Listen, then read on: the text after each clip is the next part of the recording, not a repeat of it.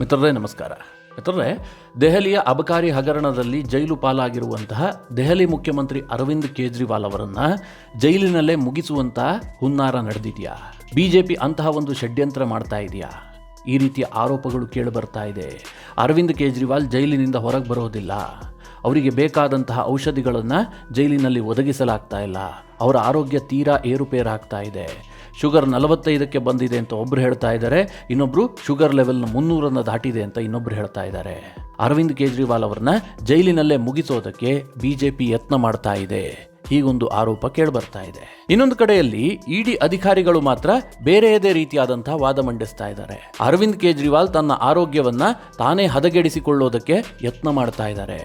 ಅವರು ವಿಪರೀತವಾಗಿ ಮಾವಿನ ಹಣ್ಣನ್ನು ತಿನ್ನೋದಕ್ಕೆ ಶುರು ಮಾಡಿದ್ದಾರೆ, ಆಹಾರದಲ್ಲಿ ಸಿಕ್ಕಾಪಟ್ಟೆ ಶುಗರ್ ತೆಗೆದುಕೊಳ್ಳೋದಕ್ಕೆ ಶುರು ಮಾಡಿದ್ದಾರೆ, ಹೀಗೊಂದು ಆರೋಪವೂ ಕೂಡ ಕೇಳಿ ಬರ್ತಾ ಇದೆ. ಹಾಗಾದ್ರೆ ಮಿತ್ರರೇ, ಏನಿದು ಪ್ರಕರಣ? ಕೇಜ್ರಿವಾಲ್ ಅವರನ್ನು ನಿಜವಾಗ್ಲೂ ಮುಗಿಸುವಂತಹ ಹುನ್ನಾರ ನಡೆದಿದೆಯಾ, ಅಥವಾ ಕೇಜ್ರಿವಾಲ್ ಇದರಲ್ಲಿ ಏನಾದರೂ ತಂತ್ರಗಾರಿಕೆ ಮಾಡ್ತಾ ಇದ್ದಾರಾ? ಈ ವಿಡಿಯೋದಲ್ಲಿ ನಿಮಗೆ ತಿಳಿಸುವಂತಹ ಪ್ರಯತ್ನ ಮಾಡ್ತೀನಿ. ಬಹಳ ಇಂಟ್ರೆಸ್ಟಿಂಗ್ ಇದೆ, ನೀವು ಈ ವಿಡಿಯೋನ ಕೊನೆವರೆಗೂ ಮಿಸ್ ಮಾಡದೆ ನೋಡಿ. ಮಿತ್ರರೇ, ಕೇಜ್ರಿವಾಲ್ ಬಂಧನ ಆಗಿ ಆಲ್ಮೋಸ್ಟ್ ತಿಂಗಳಾಗ್ತಾ ಬಂತು. ಈಗಲೂ ಕೂಡ ಅವರು ದೆಹಲಿಯ ಮುಖ್ಯಮಂತ್ರಿ ಜೈಲಿನಲ್ಲಿದ್ದುಕೊಂಡೇ ದೆಹಲಿಯ ಆಡಳಿತವನ್ನು ನೋಡ್ಕೊಳ್ತಾ ಇದ್ದಾರೆ ಅಂತ ಆಮ್ ಆದ್ಮಿ ಪಾರ್ಟಿ ಹೇಳ್ತಾ ಇದೆ. ದೆಹಲಿ ಸರ್ಕಾರ ನಡೀತಾ ಇದೆ. ಕೇಜ್ರಿವಾಲ್ ಈಗ ಬಂಧನದಿಂದ ಮುಕ್ತ ಆಗಬೇಕು ಅಂತ ಸಾಕಷ್ಟು ಸರ್ಕಸ್ ಮಾಡ್ತಾ ಇದ್ದಾರೆ, ಆದರೆ ಕೋರ್ಟ್ನಲ್ಲಿ ಅವರಿಗೆ ಬೇಲ್ ಸಿಗ್ತಾ ಇಲ್ಲ. ಅವರು ಜೈಲು ವಾಸದ ಅವಧಿ ಕಂಟಿನ್ಯೂ ಆಗ್ತಾನೇ ಇದೆ. ಅಂತಿಮವಾಗಿ ಕೇಜ್ರಿವಾಲ್ ಒಂದು ತಂತ್ರಗಾರಿಕೆ ಮಾಡದಂತೆ ಕಂಡು ಬರ್ತಾ ಇದೆ. ಇದನ್ನ ಇಡಿ ಅಧಿಕಾರಿಗಳು ಹೇಳ್ತಾ ಇರುವಂತಹದ್ದು ತಂತ್ರಗಾರಿಕೆ, ಕೇಜ್ರಿವಾಲ್ ಬೇಲ್ ಪಡೆಯೋದಕ್ಕೆ ಮಾಡ್ತಿರುವಂತಹ ತಂತ್ರ ಅಂತ ಇಡಿ ಅಧಿಕಾರಿಗಳು ಹೇಳ್ತಾ ಇದ್ದಾರೆ. ಆದರೆ ಆಮ್ ಆದ್ಮಿ ಏನು ಹೇಳ್ತಾ ಇದೆ ಅಂತಂದ್ರೆ, ಕೇಜ್ರಿವಾಲ್ ಅವರನ್ನ ಮುಗಿಸೋದಕ್ಕೆ ಬಿಜೆಪಿ ಮಾಡ್ತಿರುವಂತಹ ಕುತಂತ್ರ ಅಂತ. ಅಷ್ಟಕ್ಕೂ ಆಗ್ತಿರೋದೇನು ಕೇಳಿದ್ರೆ, ಎನ್ಫೋರ್ಸ್ಮೆಂಟ್ ಡೈರೆಕ್ಟರೇಟ್ ಪರವಾದಂತಹ ವಕೀಲರು ಕೋರ್ಟ್ಗೆ ಒಂದು ವಿಚಾರವನ್ನು ಹೇಳ್ತಾರೆ. ಅರವಿಂದ್ ಕೇಜ್ರಿವಾಲ್ ಇತ್ತೀಚೆಗೆ ಸಿಕ್ಕಾಪಟ್ಟೆ ಮಾವಿನ ಹಣ್ಣನ್ನು ತಿನ್ನೋದಕ್ಕೆ ಶುರು ಮಾಡಿದ್ದಾರೆ. ಅವರು ವಿಪರೀತವಾಗಿ ಮಾವಿನ ಹಣ್ಣು ಸೇವಿಸ್ತಾ ಇದ್ದಾರೆ. ಜೊತೆಗೆ ಈ ಹಿಂದೆ ಅವರು ಶುಗರ್ಲೆಸ್ ಕಾಫಿ ಟೀಯನ್ನು ಕುಡಿತಾ ಇದ್ರು, ಈಗ ವಿಪರೀತ ಶುಗರ್ ಹಾಕಿದಂತಹ ಕಾಫಿ ಟೀ ಕುಡಿತಾ ಇದ್ದಾರೆ. ಇಷ್ಟು ಮಾತ್ರ ಅಲ್ಲ, ಅವರ ಆಹಾರದಲ್ಲಿ ಸಿಹಿ ತಿನಿಸುಗಳು ಜಾಸ್ತಿ ಆಗ್ತಾ ಇದ್ದಾವೆ. ಅವರು ತನ್ನ ಶುಗರ್ ಲೆವೆಲನ್ನು ಜಾಸ್ತಿ ಮಾಡ್ಕೊಳ್ಳೋದಕ್ಕೆ ಸಾಕಷ್ಟು ಯತ್ನ ಮಾಡ್ತಾ ಇದ್ದಾರೆ. ಇದರ ಉದ್ದೇಶ ಏನು ಕೇಳಿದ್ರೆ, ವಿಪರೀತವಾಗಿ ಶುಗರ್ ಜಾಸ್ತಿ ಆದ ತಕ್ಷಣ ಅವರ ಆರೋಗ್ಯ ಹದಗೆಡುತ್ತೆ. ಆರೋಗ್ಯದ ಕಾರಣವನ್ನು ನೀಡಿ ಕೋರ್ಟ್ನಲ್ಲಿ ಜಾಮೀನು ಪಡೆಯುವಂತಹದ್ದು ಅವರ ದುರುದ್ದೇಶ ಆಗಿದೆ. ಇದಕ್ಕೆ ಕೋರ್ಟ್ ನಿಗಾ ವಹಿಸಬೇಕು, ಅವರಿಗೆ ಮನೆ ಆಹಾರವನ್ನು ಮತ್ತು ಸಿಹಿ ತಿನಿಸನ್ನು ಕೊಡಬಾರದು ಅಂತ ಹೇಳಿ ಇಡಿ ಪರ ವಕೀಲರು ಕೋರ್ಟ್ನಲ್ಲಿ ವಾದ ಮಂಡಿಸಿದ್ರು. ಮಿತ್ರರೇ, ಅರವಿಂದ್ ಕೇಜ್ರಿವಾಲ್ ಜೈಲಿಗೆ ಹೋದ ತಕ್ಷಣ ಅವರ ಆರೋಗ್ಯ ಸರಿ ಇಲ್ಲ, ಅವರೊಬ್ಬರು ಶುಗರ್ ಪೇಷಂಟ್ ಅನ್ನುವ ಕಾರಣಕ್ಕಾಗಿ ಅವರಿಗೆ ಮನೆ ಆಹಾರ ಕೊಡೋದಕ್ಕೆ ಅವಕಾಶ ಕೊಡಲಾಗಿದೆ. ಮನೆಯಲ್ಲೇ ಬೇಯಿಸಿದ ಆಹಾರವನ್ನು ತಂದು ಕೊಡೋದಕ್ಕೆ ಎಲ್ಲ ವ್ಯವಸ್ಥೆಯನ್ನು ಮಾಡಿಕೊಡಲಾಗಿದೆ. ಅವರಿಗೇನು ಜೈಲಿನಲ್ಲಿ ಕೊಡುವಂತಹ ಮುದ್ದೆ ಊಟ ಕೊಡ್ತಾ ಇಲ್ಲ. ಅವರಿಗೆ ಶುಗರ್ ಪ್ರಾಬ್ಲಮ್ ಇದೆ, ಹೀಗಾಗಿ ಅವರಿಗೆ ಬೇಕಾದಂತಹ ಆಹಾರ ಸೇವಿಸೋದಕ್ಕೆ ಅವಕಾಶ ಕೊಡಲಾಗಿದೆ.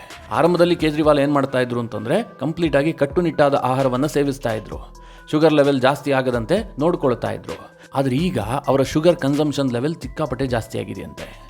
ಮಾವಿನ ಹಣ್ಣನ್ನು ಪ್ರತಿ ಬಾರಿಯೂ ಕೂಡ ಸೇವಿಸ್ತಾರಂತೆ. ದಿನಕ್ಕೆ 4-5 ಬಾರಿ ಕಾಫಿ ಟೀ ಕುಡಿತಾರಂತೆ, ಅದಕ್ಕೂ ಕೂಡ ಶುಗರ್ ಆ್ಯಡ್ ಮಾಡ್ಕೊಳ್ತಾ ಇದ್ದಾರಂತೆ. ಜೊತೆಗೆ ಪೇಡ ಹಲ್ವಾ ಅಂಥೇಳಿ ಶುಗರ್ ಹಾಕಿದಂತಹ ಎಲ್ಲ ಸಿಹಿ ತಿನಿಸುಗಳನ್ನು ಕೂಡ ತಿನ್ನೋದಕ್ಕೆ ಶುರು ಮಾಡಿದಾರಂತೆ.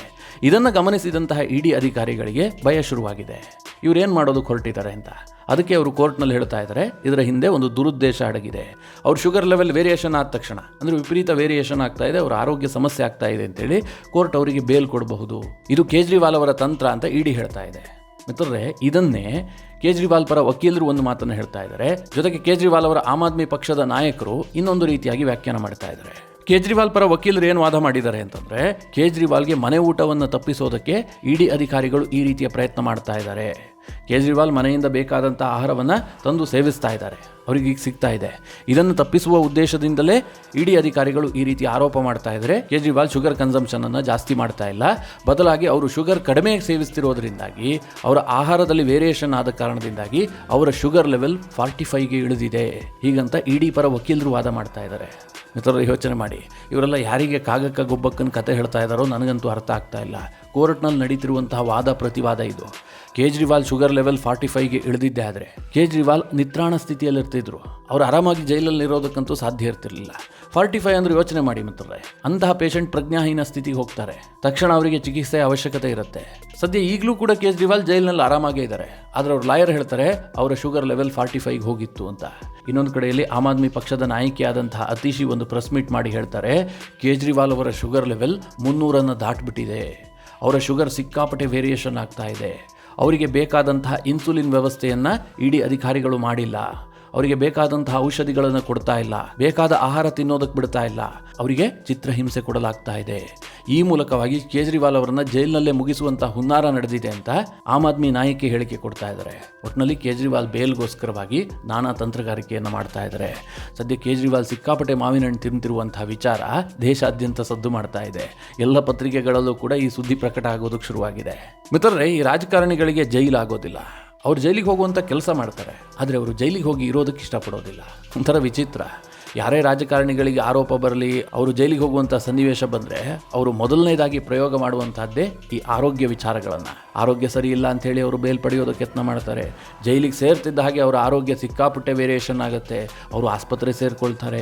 ಬೇಲ್ ಸಿಗುವವರೆಗೂ ಕೂಡ ಆಸ್ಪತ್ರೆಯಲ್ಲೇ ಮಲಗಿರ್ತಾರೆ. ಕರ್ನಾಟಕದ ರಾಜಕಾರಣಿಗಳನ್ನು ನೀವು ನೋಡಿದಿರಿ.